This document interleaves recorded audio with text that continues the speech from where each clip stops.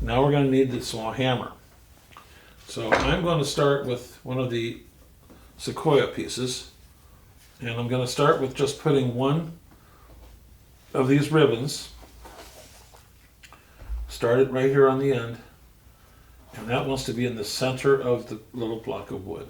So I'm going to actually use a clothespin here to hold the nail and get it set, and then I'm going to, this takes a little bit of delicate work here, and you may need to actually help the students, or they can team up and help each other hold this, and maybe one kid is holding it while the other kid is nailing it, while the other child is nailing it.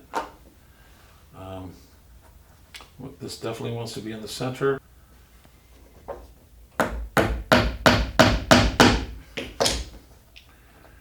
There, I got a good start.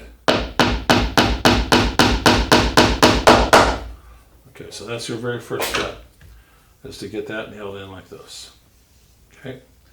Now on the other side, we're going to put two of these pieces, and we're going to hold one near the edge, but not totally on the edge. We'll see if I can get this started without using that tool. There, we got it here.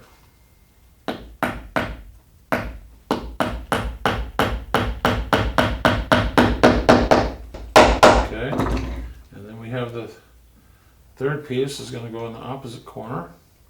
Make sure that you keep the ribbon lined up nice and straight.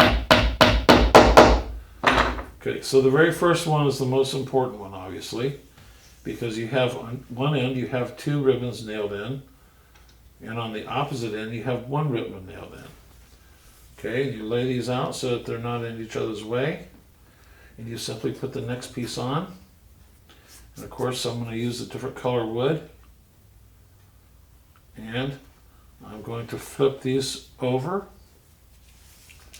and then I'll put two on this one. I'll nail these guys in.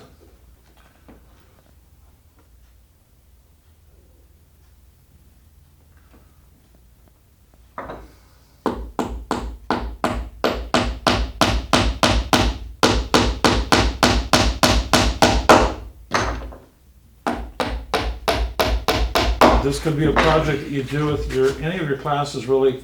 I would say 6th grade and up. 5th grade, it's a little bit challenging. Their muscle control isn't quite there yet in 5th grade, but in 6th grade they should be able to do this kind of fine motor skill here. Ooh, I came out a little bit on the side there. You see that, how that nail came out?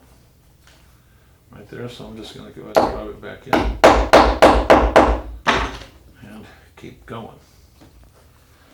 I will admit that the very first time I made one of these, I messed this up, and it wouldn't open because I got the pattern off. And I want to just warn you that that's very possible to happen, and please don't get discouraged by it, because you just simply do it over again.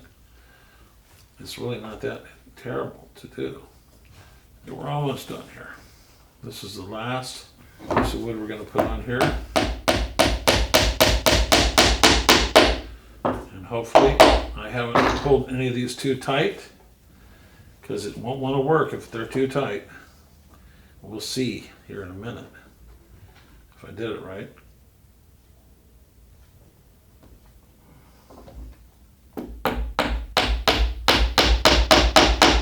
So now we're going to see if this thing is going to work or not. Okay, there it goes. See what happens when it's a little tight. It doesn't want to work smoothly. So what I'm going to do now is I'm going to go ahead and kind of pull it just a little bit so it's not quite as tight, like this. You don't want to pull too much or you're going to break it. And then we'll try it again. There it goes. Not bad.